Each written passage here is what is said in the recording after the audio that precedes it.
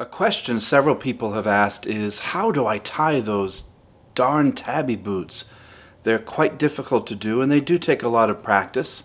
I'm going to be using white Tabi today. Most people don't have these. I'm just showing you white Tabi. We have a visitor friend. White Tabi are just so you can see what we're doing here, but most people will wear the black Tabi. So you know, I don't know if you can see that, there's a number here in Japanese. These are called size 29. You might not be able to see those. So you have to know what size you are in Japanese to order these from Japan, which is where I got these. There are charts you can find on the internet. So this is around a size 12. So if you say I'm a European or American size 12, it's not the same as in Japan. The numbers are different.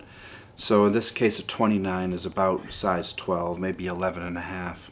Okay? So these are what they call classical Tabi, meaning, you know, these are construction people wear these in Japan still. They're used by construction workers because the split toe design does help with balancing, especially those who work on high buildings and construction and stuff like that. And you see these all over the place in Japan. Very unusual to wear in America. You don't have to wear these in the dojo. These are called jika Tabi, which are like outdoor work Tabi. I do not recommend these in your dojo if you have tatami mats, because these are very heavily grooved here, and what will happen is when you're training, your foot will stick to the mat and you won't move very well. Your taijutsu will not be as good as it can be. And over time, every time you do that and your foot stops, you're giving micro tears to your knees and ankles and hips, etc. So over time, these will make you have surgery on your knees and ankles and etc. So I do not recommend these indoor. I don't know where that fad came from. I don't know why people stick to it, but in my opinion, these are made for outdoor only. That's why they have grooves on them. When we were training in Japan, you're not allowed to go in the dojo with those. They're told to stay outside. You wear your socks or indoor Tabi, which have a cotton sole to them. So if you can avoid wearing those, I don't know where that came from. Don't wear those. These are Tabi socks that you can buy. You don't need these. These are specially made for Tabi. See how they have a split toe design?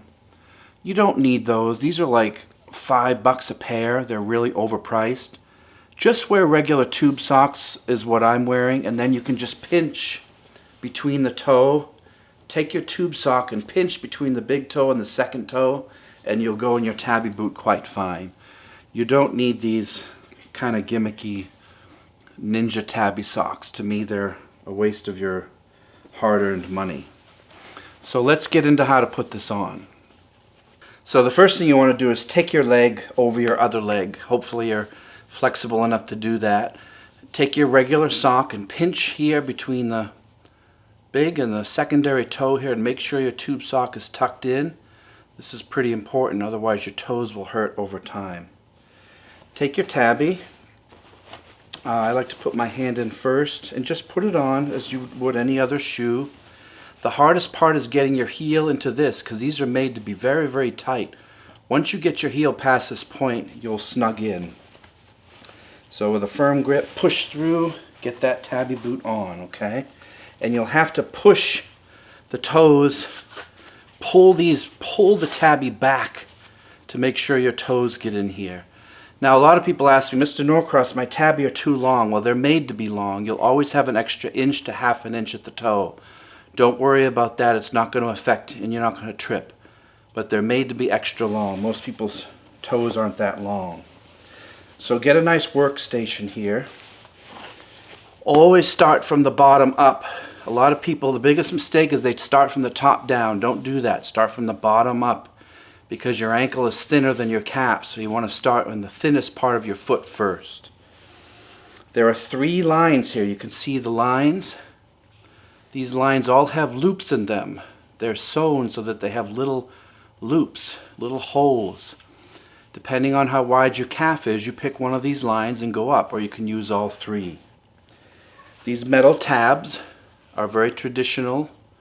They make some with Velcro. So if you can find a pair with Velcro, all you have to do is close it and you're good to go. So you can wear Velcro ones. I like the tabs better.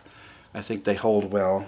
So what you do is you take the bottom tab, find whichever hole. There are 3 of them to start. I'm going to put this here. Put the tab in, hook it around. I'm going to close in on this. Take the tab and hook it in. One of the holes is one here, one there. And you'll lock it in. So what I did is I just pushed it under the loop and then I push and lock it in. So this one is secure. Again, taking this out. Take the tab, find which one you wish. There's one here as well.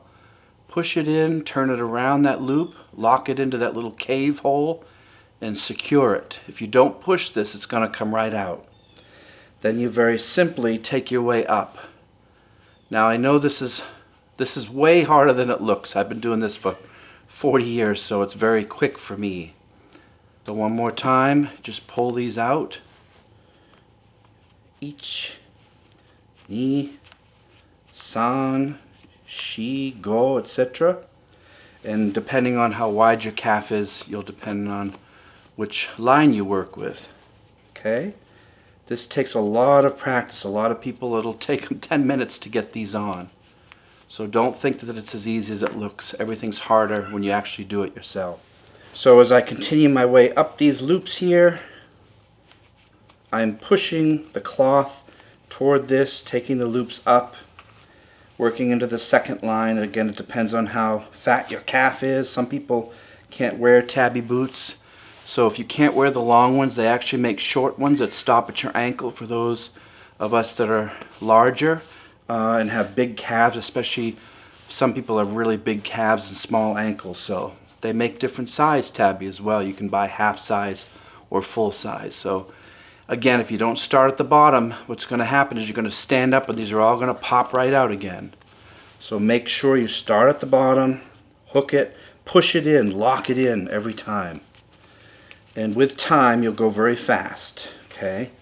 I wear Tabi literally 10 hours a day, 5 days a week. So I probably have one of the world's records for the most amount of time in Tabi. And I've been doing that for 30 years. So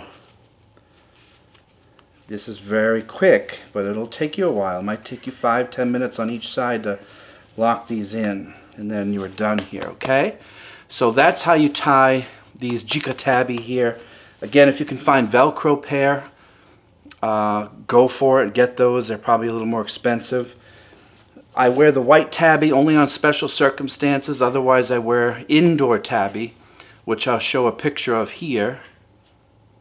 These Tabi have cotton soles. You'll allow your taijutsu to be better. You'll be able to slide around on the tatami mats better. It won't hurt your knees. It won't hurt your ankles, etc. over time. These are outdoor Tabi. Special purposes are the white when you're doing certain meditations, certain sword work, perhaps some sort of mountain, meditation or something. Otherwise, the black Tabi for outdoors are pretty cool. Now, what's cool is the new ones have what they call air Tabi, meaning there's a lot of cushioning here. So those of you with high arches, such as myself, this is really a good support system. This will work really well for outdoors. So that's about 1 inch thick of arch support there. So don't worry about your feet hurting. The cheaper Tabi have a real thin bottom. Those are the ones that are like $35. Avoid those. Get the ones with a thick sole, and some of them have like a Nike Air Jordan type thing in here with air cushions and everything. They really have a lot of technology now to make your footwear better.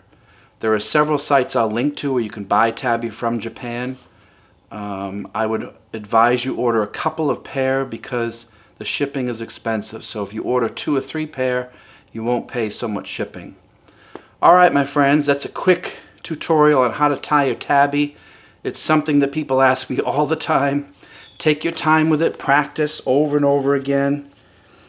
And you can get it with just, a couple days, couple hours of training. You can get it quite quick and move it so you can get right on to your training. Okay guys, we'll see you next time. Good luck.